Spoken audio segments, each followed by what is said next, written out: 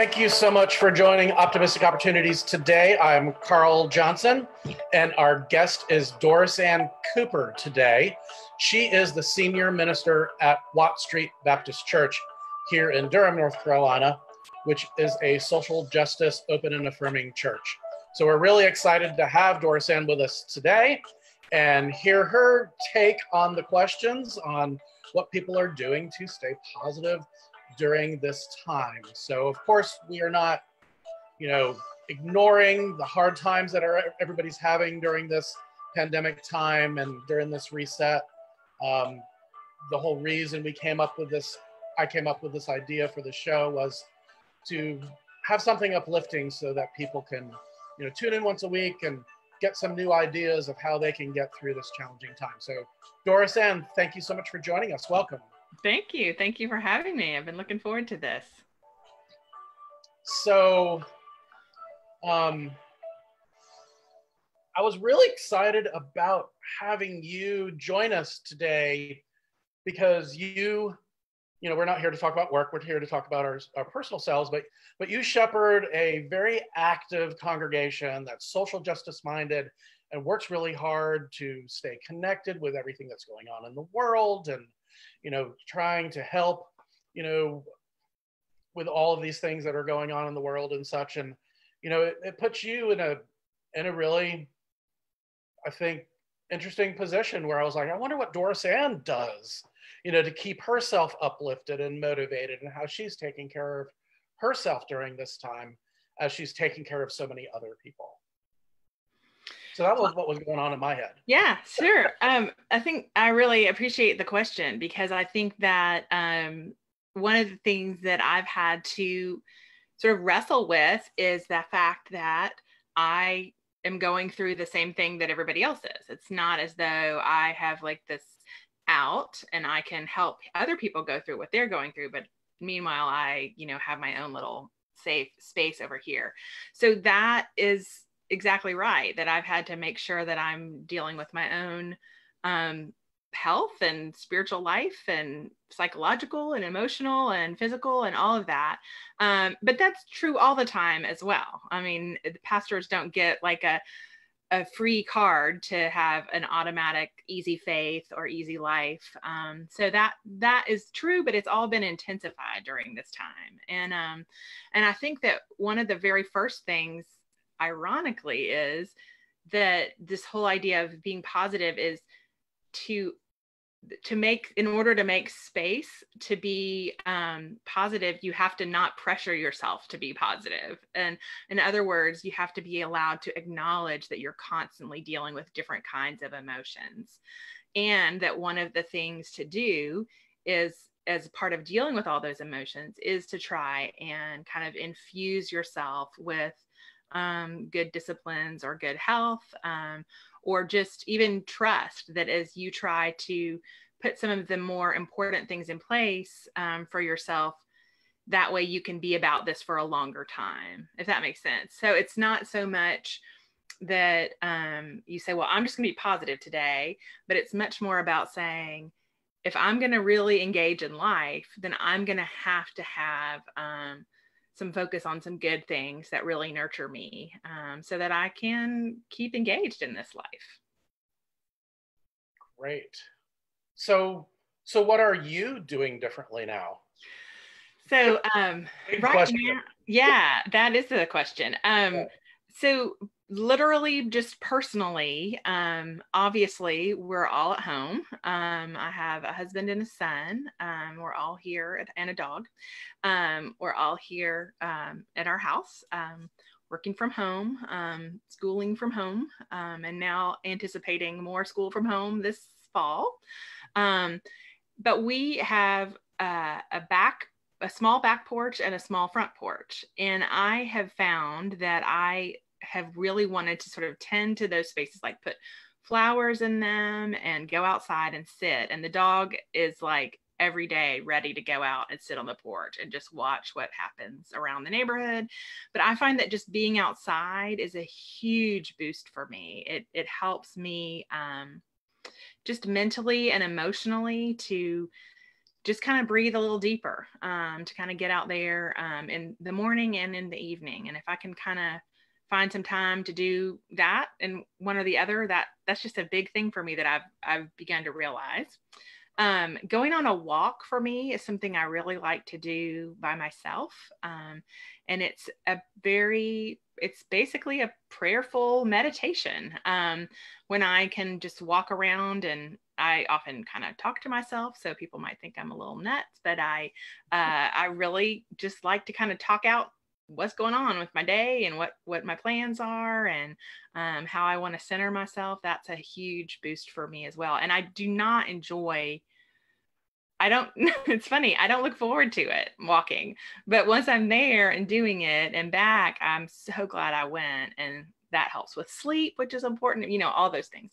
And then one other thing I do just for that I really love is just reading for fun. I am like everybody else, and there's plenty of times when I have trouble concentrating, and I would rather just sort of scroll through my phone or something. But if I can really make myself put away a screen and take out a physical book to read at night, that's really huge for me. And I think that goes all the way back to my childhood. I just loved reading. And so there's something about just holding a book in my hand and reading for fun that really nourishes me. Great. Thank you for that. Mm-hmm. So what do you do in your day so that you can stay positive? I know you've talked about some other things that you're doing, but just digging in a little bit deeper there, is there something specific that?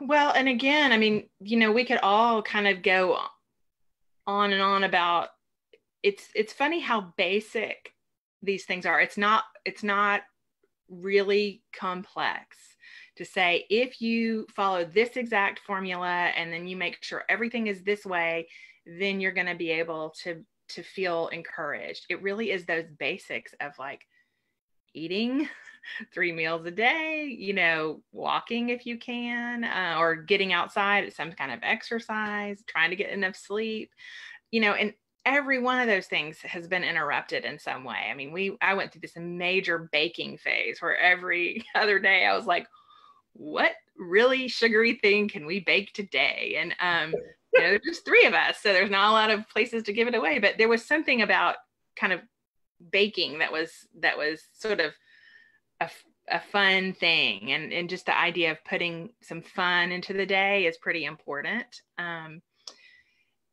I do, though, specifically have about 3 or 4 books that are more spiritual reading that I find if I can read a little bit in each of those books and write in my journal, I'm just much more grounded for the day ahead. And if I can keep a schedule, I've had a friend that said the best thing I've ever done is not keep a schedule. I go to sleep when I'm tired and I wake up when I'm rested. And I'm like, that does not work for me. It's much better for me to have a schedule for that.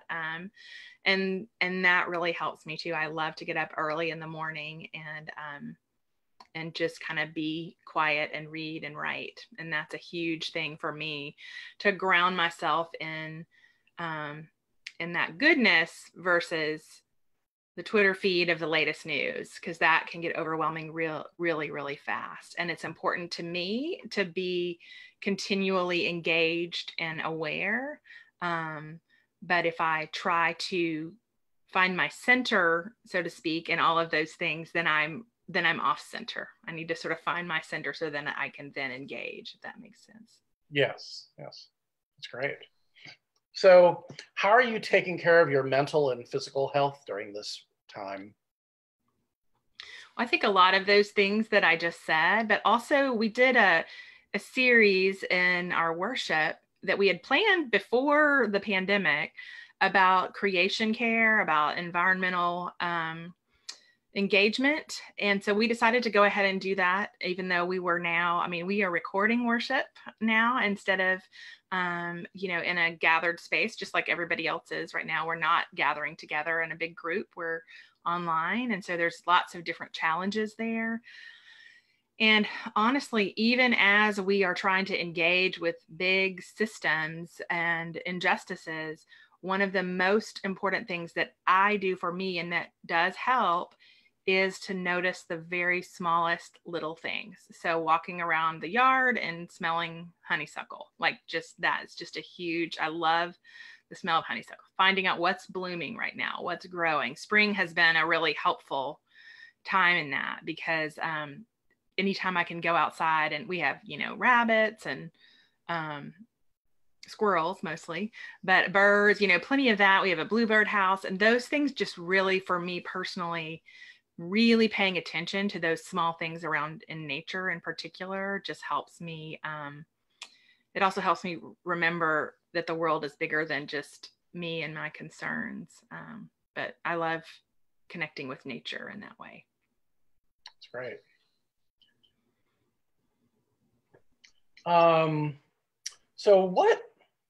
How can this experience make a positive impact on your life and others? That is the question of the day for sure, because because there are so many questions about, what will church be like this year? What will, communities of faith, it's not just Christians, it's all different communities of faith are asking the question, what will our gatherings look like this year? But also, what will they look like post-pandemic, which is hard to even imagine at this point, but sort of what will change. And so there's no doubt that this pandemic has uncovered lots of injustices that we have more easily ignored than we are able to right now. And that's so important. People have been at a place where they are more ready to engage in some deep examination of their own biases and their own privilege and also the injustices that they've experienced. So it just depends on, what your context is for what your work is to do right now, whether it's to name what you've been through and sometimes to name your privilege. And all of that, I mentioned all of that because together, I think we have to figure out what's positive about this. What is it that we can learn, that we are being given the opportunity to really deeply listen to, that will enrich who we are as a congregation, as a Durham community? I mean, it's easy to get overwhelmed because there are a lot of really serious struggles that we have to contend with. But when I can kind of lift my head up and imagine a future, that is really important to imagine what is it that we can learn now that we might not have learned without this time, that we can use to grow. I heard this interview with Gloria Steinem. I think it was on like Wait, Don't Tell Me. It was like on something totally not super serious. And they were saying to her, are you frustrated that like current day feminists don't really appreciate all that they've got and all that you worked for? And she said, no, I'm not worried about that at all. What I want them to do is to take inspiration and say, look how much we've already overcome, and use that as motivation to then move forward in the ways we need to. So that's kind of what I imagine too, is that if we can do this craziness that we're working on, then we can work together to make things to help the community grow and help us each to kind of strengthen ourselves and our community. Yeah, I think the biggest takeaway for me is that, I've found myself reaching out to more people during this time. How are you? How is it going? Is everybody okay? Do you need anything? And I hear that as sort of a common thread with a lot of the different people I speak with here in this vehicle, but also just one-on-one when I'm on the phone with my friends. Yeah, I think it's gone around every social media for a while that we're all in the same storm, but we're not all in the same boat. So this idea that we all have different ways we're experiencing this, but at the same time, that storm is really there for every one of us right now. There is nobody exempt. And so that's sort of pushing us past small talk sometimes to really feel like, how are you? How is it with 3 kids under the age of 5 at home? I can't even imagine how challenging that would be for someone right now. And yeah, you and I have kids the same age, so we know that we're in good space for that. But it puts you into a deeper place where you want to hear how someone is. You want to see if there's something you could do. It's sort of forced us to have deeper connections with each other, even when we can't see each other. Exactly. So are there certain things that you're doing now to continue to grow your relationships? I think that besides this continual desire to reach out to church members and see how they are, and this continual frustration to never feeling like you can reach everybody, personally, I have reconnected, not so much reconnected as connected on a deeper level with 3 sort of friends I've had since childhood, that we're texting a lot, how are you doing and how are things going? What are your schools? They're all over. There's one in Texas, one in Michigan, and one here in Durham. And then also with some preacher colleagues, I have a Zoom once a month with the other women ministers, the women pastors in town. And it's just so deeply helpful to hear how they're doing, how are they navigating things, where's their, and that's that irony again, is sometimes how we connect most deeply and most enrichingly is by saying where we're struggling. And so that's ironically, or paradoxically is really a better word, a way that encourages us to say, oh, I'm allowed to say I'm not doing well all the time.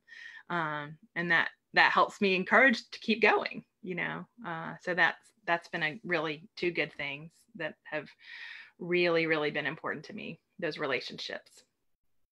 That's great. Is there anything else you want to add? We're right about at time. We usually last about 19 minutes or so. We've got about a couple minutes if there's anything else you want to add, or any other words of wisdom. I think it's interesting. This week, I'm being forced by the lectionary, which is sort of the calendar of the scriptures for worship, to preach about rest. And it's been a good reminder to me that I've been sort of relieved that I get to preach about rest, because sometimes we tend to think of rest as something that you get to do once you've accomplished everything else.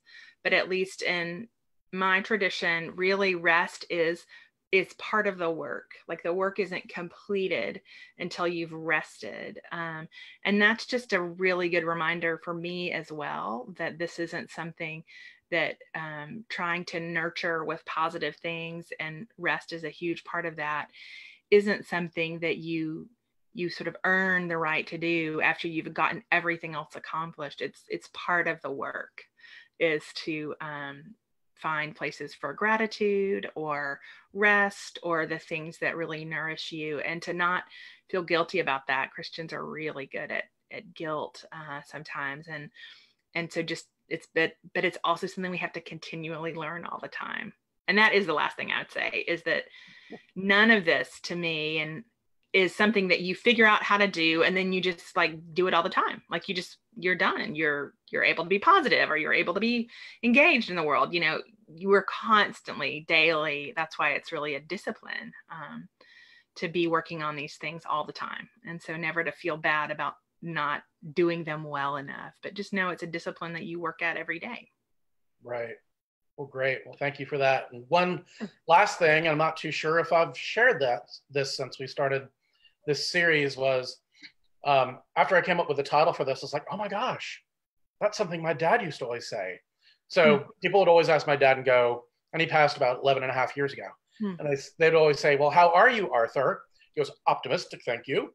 So like, it was always his answer, Mm. always optimistic. And I was like, that is so interesting that, you know, this word just sort of came and got connected to this subconsciously. So yeah. I think we do. We carry those things, don't we, from yeah, we do. our families. Yeah.